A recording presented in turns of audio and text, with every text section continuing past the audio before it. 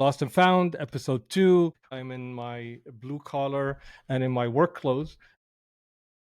I dressed up because we're going to work together, and I'm going to go through and a few examples of how we can use AI, and I'm going to implement some of the ways of thinking that helped us use AI in the best way in our work. Here we go. And we're going to start with Manus, ChatGPT, and Perplexity. I'm going to use the tools themselves as guide to what we're talking about. Manus IM is a brilliant piece of software, and I use it significantly in my work. We are going to approach AI from different levels. So first, let's talk about what is AI. And this is not about the definition. AI is a technology like many technologies that you don't see and you don't interact with. Now, the term AI that you hear is used to represent everything. When we say AI, we are talking about a plethora of companies and types of companies that we have to deal with. So in this case, Manus IM is providing us with an interface that we interact with, but there are a lot of AI companies where we have no idea and we don't interact with, and the technology itself is hidden in the background. Maybe you're using Riverside. I'm using a streaming technology, but they use AI and they, in this case, produce clips. Now, while I'm doing this, I am not seeing the AI at work, so that doesn't mean it's not there. Why is this important to you? Because the hype of how AI is big may give you the impression that these AI companies are the ones that have all this power. No, AI is a sector, and it's into everything to the point that it loses its meaning. Like a few years ago, you could say this is AI, this is not AI, but now AI is into everything, so it kind of loses meaning. It's kind of like saying online store. Of course, there are real stores and online stores, but when somebody says, I have a store, the first thing that you think about right now is an online store. So if you think about it, nobody have to say, I have an online store. In the same way, it doesn't help right now to say, I have an AI company. Every company has AI in their work. So in this case, we are using today what we call chat-based AIs.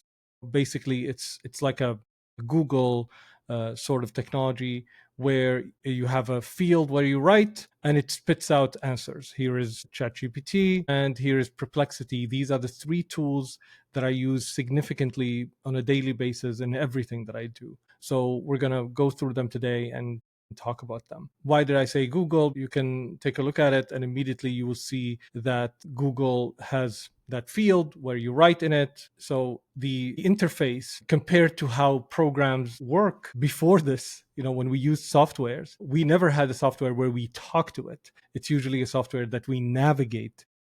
Let's focus on every one of these softwares operates differently. That's why I wanted to show it to you. That's why it's not even helpful to think of, well, OpenAI does everything, or ChatGPT does everything, or an AI does everything. That is not true. That's why it's not helpful to say something is AI, because you immediately assume the same expectations out of all of these softwares. So if you say, well, Manus is AI and ChatGPT is AI, you might think they will behave the same. And even though they look the same, they are not. They don't behave the same. They don't do the same work.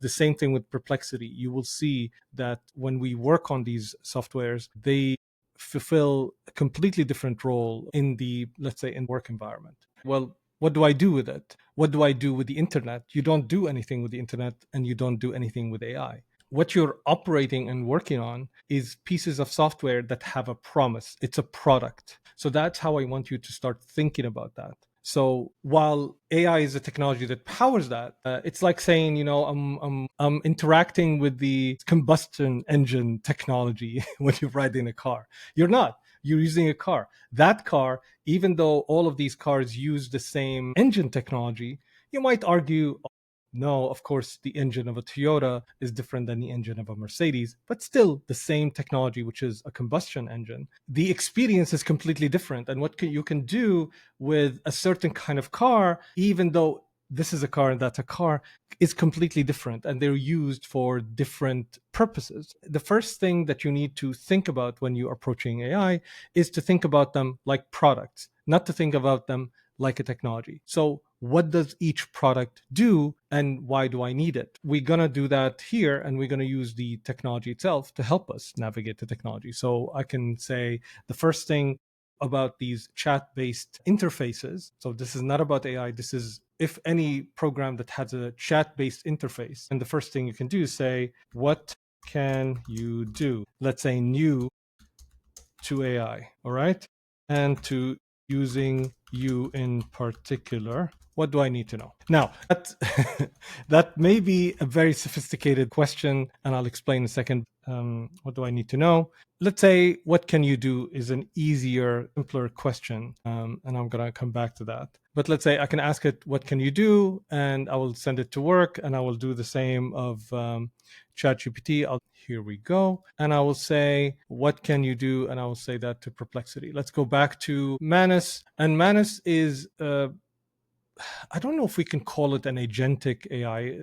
These are the problems with these namings, because if another software has the same kind of category or name, it may not operate the same way. So let's see what it says. I'm Manus. I am an AI agent designed to help you with a wide range of tasks. My capabilities include, but are not limited to, so gathering and processing information, data analysis, content creation, creative tasks, programming, and automation. So quite a lot of things that it does. So it told you what it does. We can go to ChatGPT, a different approach. I can help you with a wide range of things. Here are a quick breakdown. So you notice that ChatGPT didn't introduce itself, whereas Manus introduced itself. Now, maybe because I'm using ChatGPT and ChatGPT is maintaining some sort of memory, so maybe it knows that I've already used it extensively to know what it is. But this is its answer: strategy, ideas, and writing. Notice here it's more of a task-oriented, I would say, approach. So if you look at Manus, and I'm learning this with you guys, I've used them. Actually, this is one of the things. I don't read the manual. I just go and use the software. So not recommended. So if we say that this is what it does, you can look at these tasks and they are tasks. And even here it says creative tasks. But if you look at ChatGPT, it seems like ChatGPT here is aiming towards more of a high level, like strategy, ideas, and writing. This is more of a high level activity or high level thinking activity. Business and projects. So it's not even saying what it can do in business. It's just saying business and projects. And health transformation and coaching. That's interesting. So it can create personalized, so it design and structure coaching programs, curriculums. Okay, interesting. So it's focusing on a level up from, let's say, doing tasks. And then let's see what Perplexity says it does. Perplexity can answer virtually any question, perform. So Perplexity takes the position or the position of Google in, let's say, in our toolbox.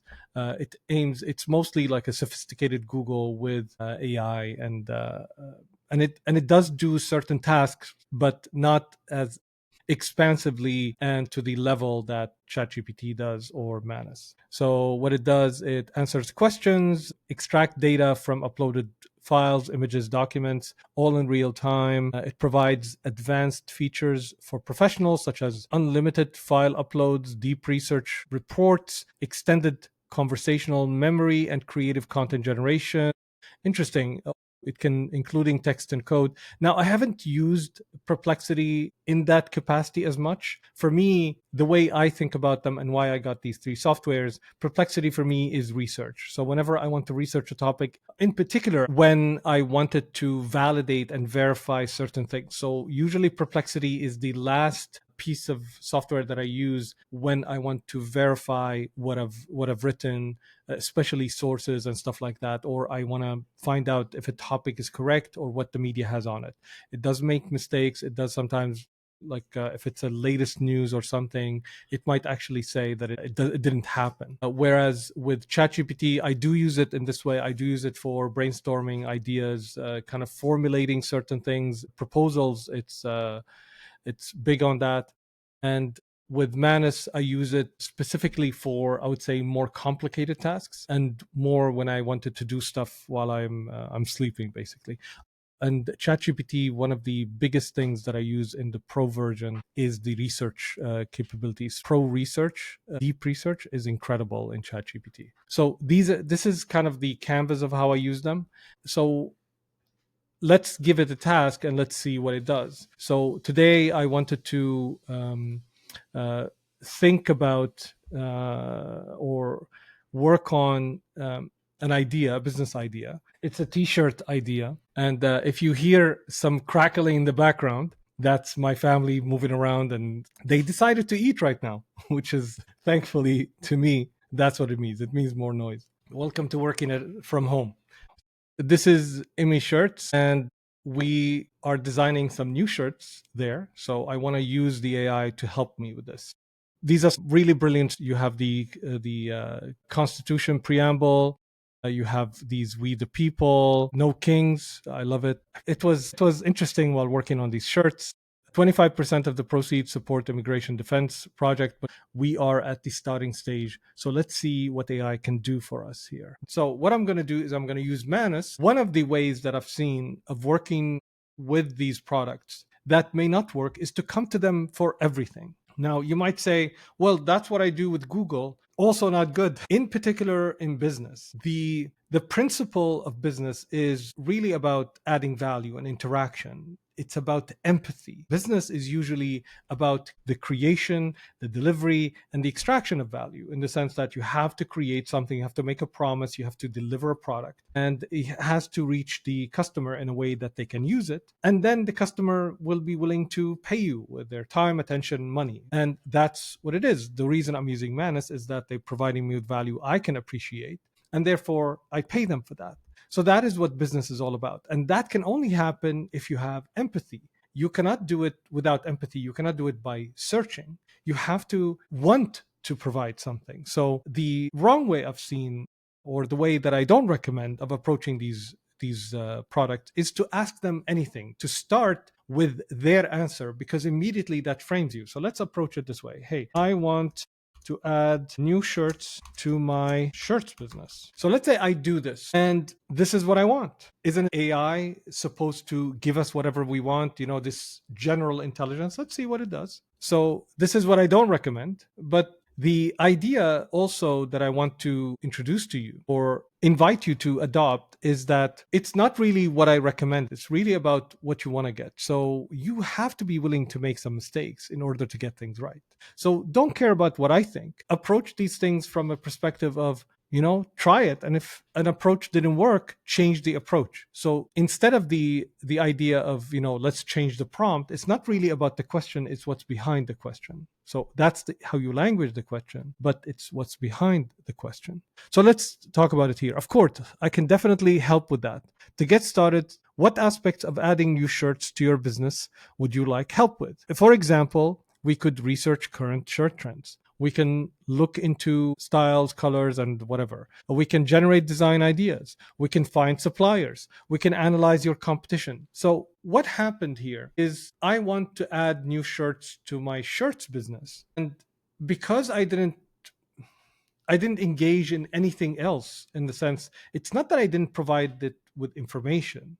It's that I didn't get it to understand what I want. So I asked Manus a question without giving Manus my thinking. So I want something from this. Manus doesn't know. Manus, even if it becomes the most smartest AI in the world, will never understand what I meant with something, the intent behind my work. So it will ask me all of these because it's going to refer to its own standard of looking at things. It's going to like, okay, if we want to create new shirts, this is how, whatever I read or ingested, or these are the ways that I understood the best way to build shirts business, or to add new shirts to a shirts business, according to consultants. So you might actually find this in an article and a consultant company, nothing wrong with that. And that's an approach that may work for businesses. And you might find for an artist who does shirts as an art or something that they love to do, you might find them approaching this from a completely different place. They might say, hey, you know what? You really have to think about what you really want to say, and they may lean towards the artistic or the ideation side of things. So Manus doesn't know that. So when I ask it this question, it's going to refer to its own standard. And that's the standard it shows, that you need to provide these, or these are the things that I can help you with. And it can send you, if you start with it, it can send you down different routes that I don't think help. And you will see why in a second. Let's see what ChatGPT. Excellent. That's a great move. Let's make it strategic rather than just adding new shirts. That's what it says. Before I can help you, so it's, I think, taking probably the business coach persona here. Before I help you design, position, or price them, could you tell me a bit about your shirt business? Okay, a little bit higher level questions. What's your brand about? Is it fashion? So here's about your branding. What's your target audience? What type of shirts? Now, if you're a business person, you recognize this. And it's fair to say that if you want to be in business, you need to recognize these things. But you might not be aware of that. You might just be starting your shirts business. And now it's sending you down a route where you need to read all of those. And that's perfectly fine as well if that's what you want. But we can do better here, I think. So once I know that, I can help you create new shirt concepts or themes or all of that. All right. So let's see what Perplexity has done.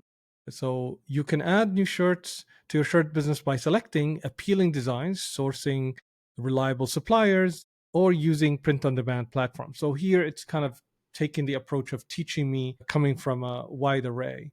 And what I like about Perplexity is this unique, I would say, feature that it gives you all these access points to whatever it's doing. So you can see here, for example, to create or customize shirt graphics, it gives you certain links that you can click on and you can go to those links. So that's why I called it like Google. And I think unless Google does something like this is pretty powerful. I use it extensively. I almost never use Google unless I am doubtful of the information that it gives and I go search Google about it or something like that. So I think this is really, really great. So it can even give you here, test your designs. This is how you can do it in an audience. So it's fair to say that it's powerful as well, that it gives you certain sources, resources that you can come back to. So now that I've started to use these tools, you can start to see one of the first and most important principles in working with technology. Unless it's a technology that there is high risk. In this case, you're driving a car, there's high risk, so you need a lot of training. You go do your training, you go get your license, because when you're on the road, you're driving, a 2-ton car, you're a risk to others, a risk to yourself. So the risk level is high if you're not trained. With these technologies, the risk is extremely low. The risk is just wasting your time. So I would argue that the best approach that you can take with these technologies is to use them in whatever way and to learn. You don't even follow what I'm saying here. I would say, use these technologies in whatever way and then grow from the results you get. So if you don't like these results, you can actually tell. And I say, I don't like the approach, for example. I'm going to use ChatGPT's because I don't want to waste a lot of the points that I have on Manus. And that's another thing. Every one of them has its own pricing. So with ChatGPT is just one subscription that I can use, and I can, no matter how many times I use it. With Manus, every time I use it, I'll show you right away, you have a certain number of points, credits. It's 0 credits? Okay, that's interesting. Maybe it hasn't done enough work. Since it's 0 credit, I am doubtful of this. But anyway, since it's 0 credit, it will tell you here how many credits it used. I'll use it, I'll play with it a little bit more. And with Perplexity, it's also a subscription, so you can use it kind of as much as you want. The only challenge I have, and I think it's an important point to say here, is that the way AI is being used right now, or what it's doing, what the companies are doing from an efficiency and effectiveness perspective, the technology is extremely powerful. However, one of the challenges with all of this is that when we use this technology, it's dependent on data centers that are extremely freshwater hungry, extremely power hungry, and it's powering a lot of the technology companies that are giving us the tech bros, which are now kind of destroying politics and destroying the planet. So from a sustainability perspective, it's bad. From the people who are heading it and the people who are paying for this is bad as well. So I don't have an answer how to reconcile this in my mind. I want to use a better technology, and I want this technology to help the work, and I want to learn it, and I want to teach it to others. This is actually not helpful neither to the environment and neither to the political space and the democracy around the world. How do I reconcile that with my I would say, role as an educator, as someone who needs to learn, as someone who loves technology and have to keep up with technology. So I need to mention this so that you can make the decision and that aligns with your principles that you adhere to, with your values. So I needed to say that, and I need you to understand that these companies can easily figure out a way to not abuse the resources of the planet, withdraw from politics altogether, and stop messing around with democracy and playing around with fascism, and focus on delivering a product that actually adds value, that helps us, instead of trying to win as much investment as possible and to dominate and have a monopoly. This, I think, the technology itself is brilliant. The way we are building it and the way we are using it and who we're hurting, we can do it in such a way that doesn't harm. In fact, it helps. We have the ability. We can do it slower, better, and that is, I think, something within our capacity. So I think that's important to say and to be clear on. So having said that, we can now play around. I hope you're enjoying the stream so far. And say, that is not what I meant. And let's just do this and let's see what it answers. So one of the things that I don't want you to deal with these products is don't deal with it as if it's a chatbot, because it's a waste of time. You are training it and you're not getting what you want out of it. So when you do any work, don't think of it like business. Don't think of it like an employee. Think of it like team. So in any game, think of a team that you're playing with. And what you want to be able to achieve an objective. And if you want to achieve an objective, you need to understand and you need to organize and strategize with your team members, because there's an objective that you want to accomplish. And in order to accomplish that objective, you need your team members. You don't have all the skill sets. So you can think of these products as tools that help you augment and amplify and enhance the skill set of your team members. They are not your team members. They can play ones sometimes, but they're not. There is no this tool doesn't care about your objective. There's no empathy towards it. It just wants to be the most helpful so that you can use it more. So it has a different objective than yours in however it is that you think the objective is. Now, the addition to that is that, as you can tell, unless I'm really great at defining what my objective is, I'm never going to get the answer from it. So my apologies for my misunderstanding. Well, why are you apologizing? Maybe I said it differently, because what I said, I didn't say that's wrong or that's really not helpful. I said that is not what I meant. So I think this is great, because why apologize? Could you please tell me more what you have in mind? I want to make sure I'm on the right track. For instance, are you thinking about designing creative ideas? So again, it's thinking from its own perspective, the tasks, instead of engaging in a conversation and saying, well, what did you mean? That's what a real person would say. Now, can it mimic a real person? Yes. But for a real person, meaning is something different than here. These are language models. So what they're looking at in meaning is what did you mean it in language? I may not even have the language for it. I just said, that's not what I meant. Maybe I don't know what I meant. So a different one, ChatGPT, so thank you for clarifying. They asked, what did you mean by add new shirts? So they did ask kind of a good question, but they focused it on a certain area. Did you mean you want to physically source or produce? You want to add new shirts to your online store, to design new shirts? And what did they say here? Thank you for clarifying your previous message about adding. It sounds like a customer service representative. Adding new shirts to your shirt business could mean several things, such as uploading new products. So they're translating it in exactly like, what are the tasks to an online store, sourcing new inventory, or setting up new product listing with automation. To provide the most helpful answer, please specify whether you're looking for a step-by-step instruction for adding shirts to a particular platform. So again, it's focusing on a certain aspect of doing the work. So what did I mean? That's not what I meant. The first thing that I need to ask myself before using the tool is, I want to add new shirts to my shirt business. The question is, why? Why do I want to add new shirts to my shirts business? Maybe because in this case, we saw, let's say, there's a certain demand on a certain trend, and that's what we want. So, what I really want from this tool is, let's say, help me think through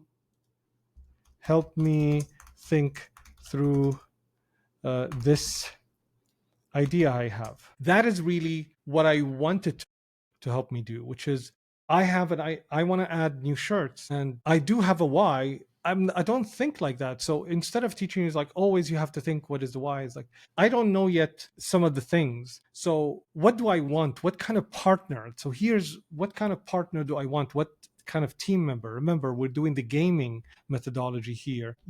Let's say I want to achieve an objective. So I will continue to do something. It's not like I wanted to do that objective.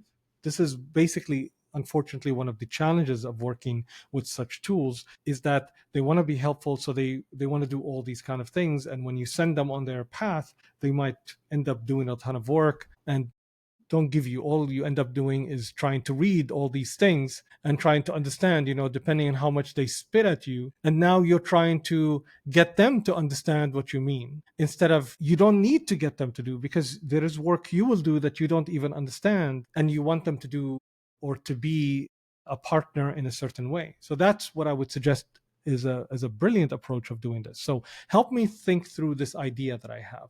So I want here the chatbot to help me think through this. And let me explain what I would say. Then I will take, let's say, I want to add new shirts to my shirts business. And then I would say, let's say we are not selling, or it's not about not selling. That's a very specific task.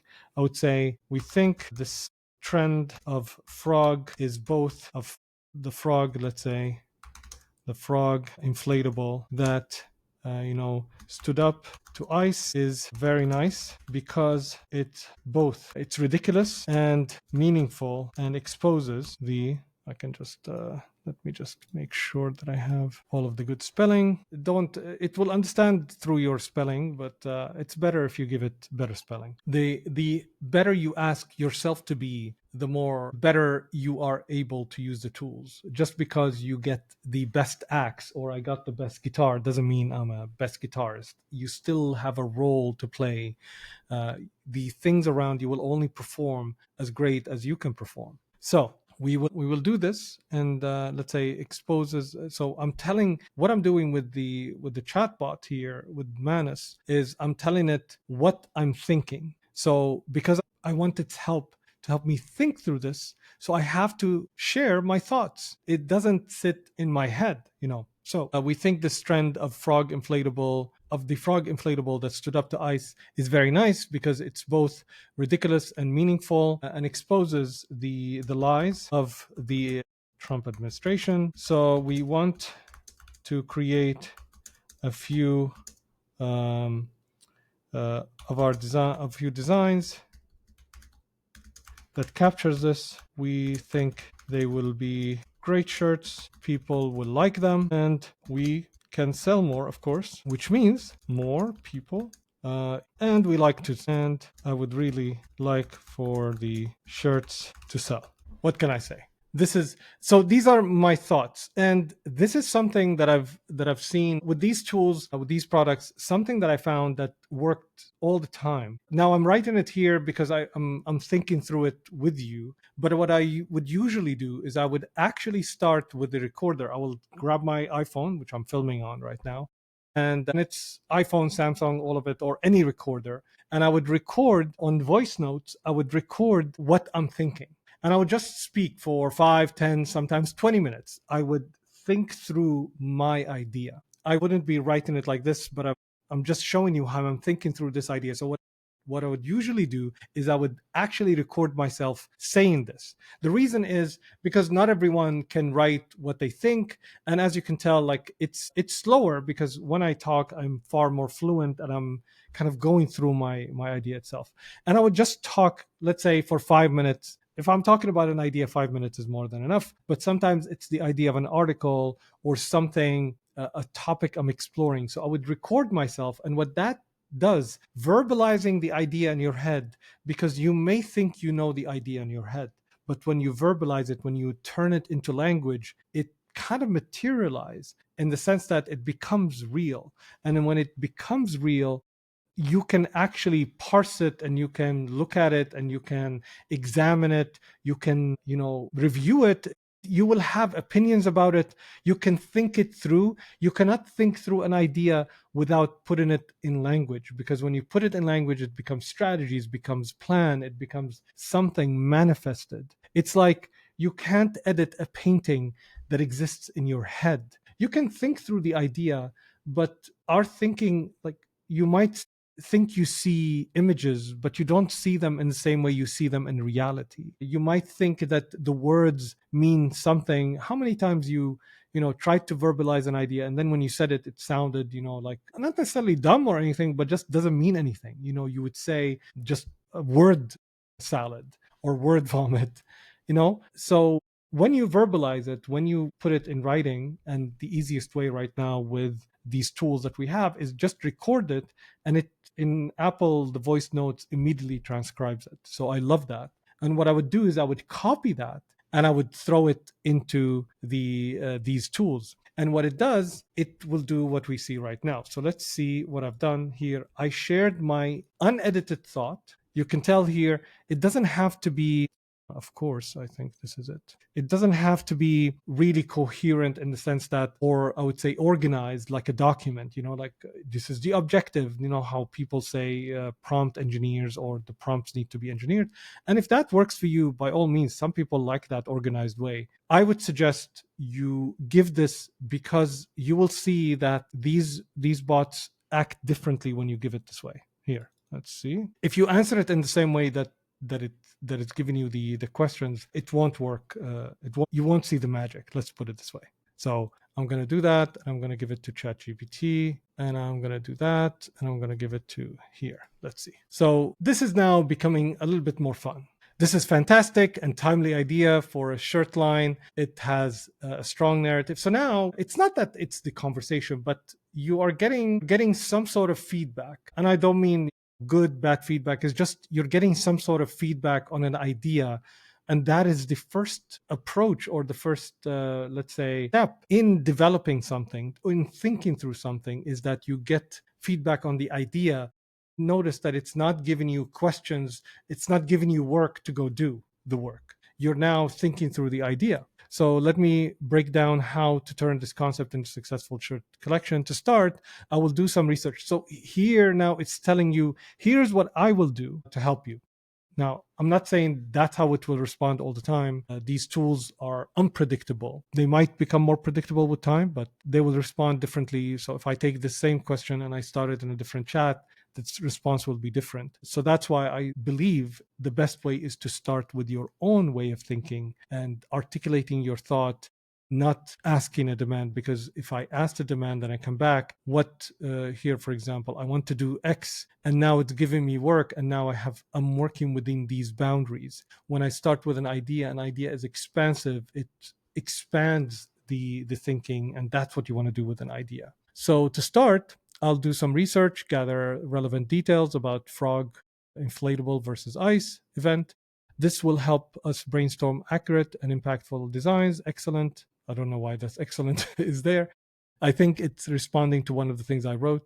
The research confirms the core elements of the story. Here's a quick summary. So it went, because I told it, this is something I think they're starting to do, which is because I told it about an event that actually happened, it will go check if that event happened. So you can see the symbolism. The act was seen as fighting absurdity with absurdity. Yeah, because what ICE is doing is absurd. And a way to peacefully counter the Trump administration narrative that the protests were violent, extremist. This is why I love this. I mean, that was iconic. And I think a demonstrator named Seth Todd. And then the slogan, the protesters, Todd was quoted saying, I've definitely had spicier tamale. Nice. A Mexican dish of seasoned meat wrapped in cornmeal dough and steamed in or baked in corn husks. I've never eaten that. Tamale. Okay. A new word. That's awesome. So what did he say? We were here, right? So you say, I've definitely had spicier tamales. Definitely. This is awesome. So you see, you can tell between this and this in real time how all we did, the same tool, used it in a different way. We've completely brought joy to the conversation. Like I'm learning as I'm doing this. What did I learn here?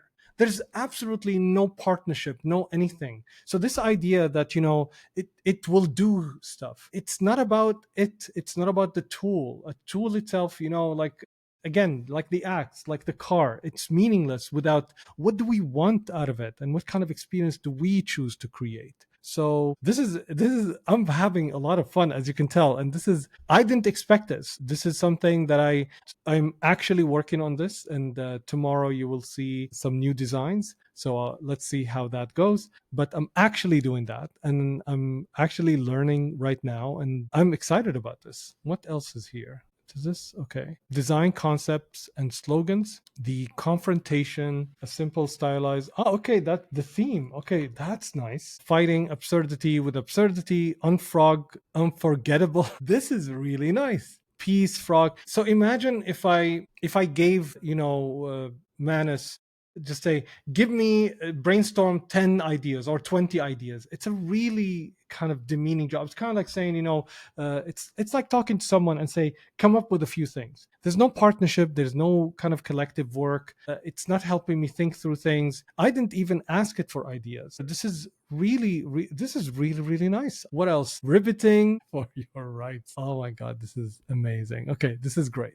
So next steps, refine design. So now it's giving me steps to generate ideas. So I can take it from here, but you can see completely different feel for the answer. Let's see what ChatGPT has done. So that's a very sharp idea, and it's the kind of concept that can carry both cultural relevance and emotional. Some of these little things, why do they add them? Why didn't they go directly to here? Because as human beings, we look for those small little things. It's like, oh, that's interesting. We look at those, I don't know what we call them, these little responses that are not part of the feedback. Oh, that's interesting. Oh, I see how you're putting X with Y. This might be culture. So you're actually thinking through something. So this is, I think, what it's doing here. Let's think through it carefully, so that the shirts don't just exist, but actually move people. Okay, that's great. So the core of the idea. This is something I like about ChatGPT. Sometimes I use it for this, where I say, help me parse through this idea, help me break down the elements of those ideas. And what it does, it looks like me when you write something or when you look at something, it helps me see certain connections that I didn't see. It's kind of like when you show it to somebody else and you say, what do you think of this? And they look at it and say, oh, interesting, you connected this with this, or you're thinking of this idea, or this somebody else thought of it this way. So that's something that can be very helpful to help you, not just, instead of, make this article better, or, like, instead of giving tasks, when you give it a more expansive kind of approach, you treat it like a member of a team, which is not. Don't treat it like a person. It's not the persona, but it's like the interplay. If you treat it like that, then you get, I would say, unexpected results, and you might get some things that open up your mind. So it's an expansive exercise rather than just getting things done. If that works for you as well, go for it. So here, even the frog stood up, lies fall flat, resistance is inflatable. I love this. This is nice. So don't go into the idea, well, that one gave me, 9, 10, 12 ideas, or that one gave me better ideas. Every one of these has a different feel. And after you work with them, just like if you play with a team, you will kind of discover where do they add kind of a different approach or make things better. What else did it give? Design direction, minimalist iconography. That's interesting. I mean, the ones that we're doing right now is mostly minimalistic iconography, and then political cartoon. I don't think we'll go to that. Oh, interesting. Frog facing off, large ice logo. Oh, interesting. Like David versus Goliath motif. Okay. Even the frog had enough. That's really cool. Okay. The AI is giving you the ideas. It's the humanity you put into every step of the idea, not because it needs to be human. It's the empathy, it's your interest, is the passion that you have for something. These are the things that matter the most with an idea. There's an idea of a shirt there. Now, the first issue is not whether the idea came from the AI or not. That's not it. The first issue is that does this idea exist and did it steal it from somebody else? So that is possible. So don't treat what AI throws your way as if it's original, because it may not be. It may be, but it may not be. I think that's really, really important that you understand and you appreciate. So don't treat those. And even I think there are issues with the AI, copyrights issues, that if you AI is part of it, you cannot copyright it or things like that. So just don't deal with it as these assumptions. Think of it like this. Think of it like a more evolved Google. What would you do before using ChatGPT or Manus to get these ideas? You would go to Google and you would say, just like I did with tamales time. So if I would say ideas for shirt frog against ice. So you can start. What you're doing is you're going, let's say, to different places and you're, let's say, getting some ideas. Rage Against the Machine, for example. That's a very good idea. And it is a play on something we know, and it's actually very meaningful right now. So that's what you did. You would go and you would see, let's say, some of the ideas. You might actually search, you might watch a few videos and all of this, and that may be an exercise that you want to go through because there's some learning in there. So let's see. So you might actually, oh, how do they write about this? Resist Portland. Oh, that's interesting. If they put Portland, maybe some more people will find it. So you get to learn many different things. And I do recommend sometimes you might want to do that. Don't think of those ideas as ideas that, I shouldn't take anything from AI. We learn from each other. All AI is doing is compressing that learning and presenting it to you in that way. And again, it's not up for me to tell you what to take and what not to take and what approach to do. All I'm saying is that expand how you think about these things, I would say. So there are some good ideas here that you might want to use. And then let's go to Perplexity. And you can tell that it's a different, I would say, feel for the ideas. So here it focused more on the direction of the design. So it gave you a little bit more expansive into the direction of the design. Whereas what Manus did, I like that it focused on it from a theme perspective, not from a design perspective. So it did say design concepts, but again, these are thematic things, which is different when you're looking at it from an idea perspective. Why the frog inflatable trend resonates. So now it's kind of giving me, well, your idea taps into a viral, meaningful protest trend, the inflatable frog costumes that have become a playful but pointed symbol at anti-ICE and anti-Trump rallies in Portland and beyond. Shirts inspired by this theme not only carry humor and absurdity, but also succeed in communicating powerful protest message and satire, challenging misleading rhetoric from the Trump administration. Now, why is this important as well? Is that it's giving you language to some of your ideas. Now, maybe you don't agree. Like maybe that's actually a reason for saying, well, that's not exactly what I want, but what it does, it's like reading what others are talking about something, and because that's where it's pulling it from these sources. So you can actually go to the sources and you can read more and expand more, which is what I like about this, is that it is giving you a very direct entry to these things, and you don't have to read several articles to extract from it these kind of verbalizations of the ideas or putting those ideas together or the meaning. You might actually find some of this, oh, this is how we can articulate it, let's say, in the description of the product. So it's meaningful ideas, and it's far better than the approach that we have here, which is, well, Perplexity can no, this one, yeah, you can add the shirt to your shirt business by selecting appealing design. So it's kind of a different feel completely to how it answered here. It's more of a partnership, more meaningful. It gives you a huge starting point that is very powerful when you're working with such products. So thank you very much for being here. I'm really enjoying doing this. But most importantly, I hope this is empowering you in many ways. In the last episode, I spoke about how I want to be the entrepreneur, who loves technology, the person who speaks about politics. I love being all sides of me, and I love bringing that to the podcast that I'm building. I think this might work. I mean, let me know what you think. Let me know if it's too long, if it's too short. Now, will I listen? Maybe. Again, I want real partners, not just AI. If I give it this transcript and I ask it to analyze this, it might give me feedback that I don't want at all. But then again, it cannot feel this connection. It cannot see through the lens and kind of connect to the person and what we want to create here. So today, I wanted to give you an insight to how I work with these tools, how I think they're beneficial. Right now, the best approach that I've seen is to record myself expanding on an idea, thinking through something, and then throwing it to the AI and asking it to do something, either to parse the ideas or to help me think through something, or to say, what do you think? Or what do you think of this argument? Or sometimes even to check on something. It's like, I think that this has happened, or I think I see it this way, or I heard about this. What do you think? So you saw the three very important tools that I use. Hopefully this was insightful, helpful, and empowers you to use such tools for something that is better, something that can help people around you in your life and helps you and help your community. And for now, I hope you have a great evening, and thank you for being here on the episode number 2. Join us tomorrow for episode number 3 of the Lost and Found podcast by the Streetlight, with your very own Hussein Halak. And Nicholas Atkins, I hope I said his last name correctly, is joining us tomorrow, which is going to be amazing. We're going to have a great conversation, I just know.